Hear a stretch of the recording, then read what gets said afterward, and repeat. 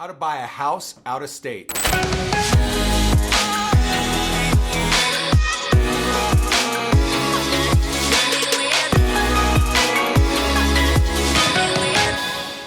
In this episode, I'm going to go through with you step by step how to buy a house out of state. This is something you will want to pay attention to because I've seen so many people be taken advantage of and lose so much money because it was so cheap. Listen, you got to be on it more than ever when investing out of state. So let's get into what you need to look for. So here's the thing. How did I get going investing out of state? This is story time. So you guys get story time for free. I used to do webinars and teach people how to build business credit. And when doing that, I started getting a lot of realtors on these, investors, real estate investors on the call. Well, I was already a real estate investor and people were asking, this was the bottom of the market, 2009-ish, right?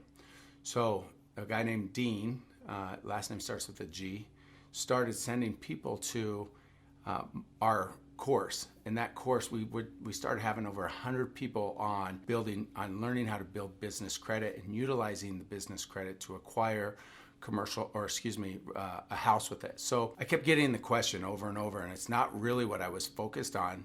So what ended up happening is I ended up fleshing out multiple cities because back in 2009-10, it was hard to get any lines of credit. So you could get a little bit, 10, 15, 20, 25,000. So anyways, using that method, I started fleshing out where can I actually buy houses for inexpensive, under 25,000 for sure. I didn't want to just buy one house and be done. I wanted to buy multiple. So what did that look like? So I ended up checking out different areas and I picked the city of Detroit. Here's what I did exactly. I ended up, prior to getting there, I wanted to flesh everything out. I wanted to be efficient with my time and effective when I got there. So I did as much groundwork prior to getting there as possible. So what did I do? I ran ads looking for contractors specifically, and I called up multiple places to talk to real estate brokerage companies. Like, who would want to work with me? Here's what I'm looking at doing. I'm trying to build a business and a portfolio out there. Who's the number one agent that's going to focus in on, keep in mind, this is back in the day, $4,000, $5,000, $6,000 houses. Not a lot of people super excited to sell and get a commission. It was maybe $500 was their minimum commission back then. Anyways, long and short of it, lined up several meetings with realtors. And then I lined up several meetings with contractors, a lot of meetings with contractors. How I vetted them is I had everybody show up at certain time slots. I also had them prior to send me their resume, send me photos of their work and references. If they couldn't do those simple tasks, then why work with them? You're going to be working with people out of state. They have to be able to follow directions. If you can't trust them to follow these simple instructions of that, what makes you think they're going to be able to follow instructions on more detailed stuff? You need to trust that people can execute on what you're telling them, especially out of state. I'm going to interject a quick story. During this time, I started learning of a lot of people that were investing out of state and even out of the country, and they were working with realtors and contractors, and they would send them updated photos of maybe another house. They were being taken advantage of so bad. They were just putting more money into all these houses that they bought, but nothing was really getting done. This is ultimately what I'm trying to keep you from doing. All these things that I did, you can duplicate, and it's going to hedge against any of those people trying to take advantage of you, okay? We ended up running ads, getting the people to show up. I ended up working with a couple different realtors, right? Because ultimately I'm kind of split testing. I want to see who does the best job. So we do a few transactions together, right? On the realtor side, I rode around with each of them, getting to know what area, asking them questions about the areas, what they specialized in, how long they've been doing it, what kind of deals they're finding, how many deals they're doing a month, things like that. You just want to get their comfort level of how aggressive they'll be for you. The other thing is for the contractors, so as long as I vetted them correctly and they showed up, they basically gave me their resume, jobs, and references, right? Some photos. So when I meet them, here's what I'm looking for though, kind of take it a little bit further. If they're a contractor, what kind of car did they show up in? Are they showing up in a nice car, or are they showing up in a truck?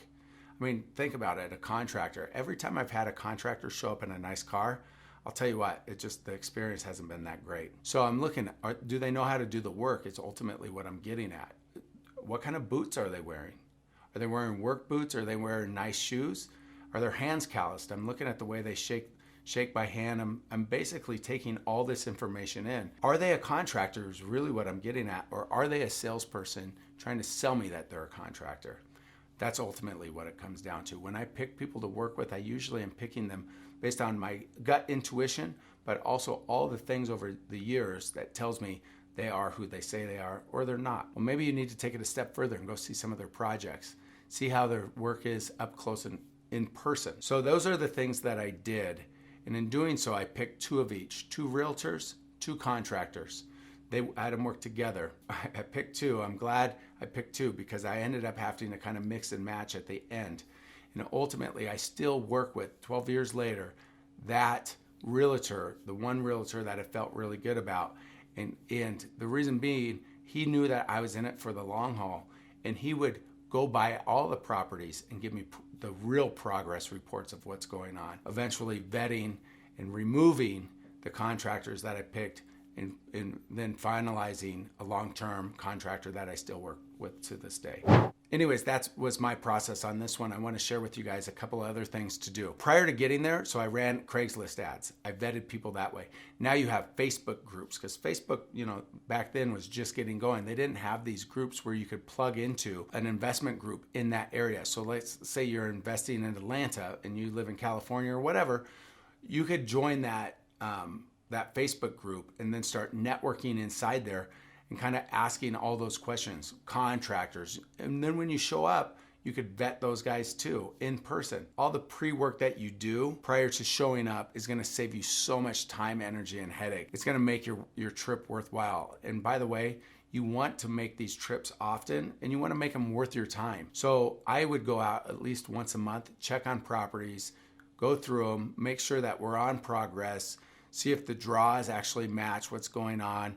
Now I have checks and balances. I'll have the realtor walk the properties that the general contractors are working on and make sure that those things are all on point, making sure that everything matches up. What's being told, sent to me is verified by a third party. Does that make sense? Again, you're not able to just drive over. You have to get on a flight, plan your time, and go there. So make sure that you're utilizing it wisely, your time that is. Something to think about when investing out of state. I know a lot of people go to like the Midwest, they do investing there. You want to make sure that there's a good network there that you could plug into. But I look at flight time as well. Like, is it a place that I could go on vacation and spend some time, or is it just going to be work? If I could plan being there on a Thursday, Friday, enjoy a Saturday, Sunday there, and it's a nice place to vacation, hey, now I just, it's a benefit, right? It's an additional benefit. So something to think about. Also, is my flight time a couple hours or is it 8 hours, right? Is it clear across the country? Just more stuff to think about. It may seem like a great deal, but how often are you gonna actually make it out to that area? Again, I tried to make it out at least once a month. I try to plan my time accordingly when I would go to Michigan. But I also invested in Arizona when I lived in Washington. Much quicker flight. I got a little bit more vacation time when I did that one as well. Also, if you're on Instagram, check out Brad, Investing Out of State. He's a guy I work really closely with. The guy's a stud, does a lot of investing out of state. We'll teach you guys how to do it too if that's something you're interested in.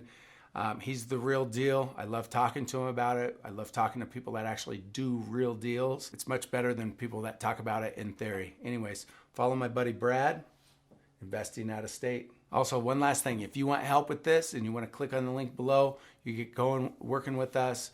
We'll set you up with a plan, get you going in the right direction. Looking forward to hearing from you. I know investing out of state could be a little bit scary. Let us help you with it. It doesn't need to be. Let's get you going.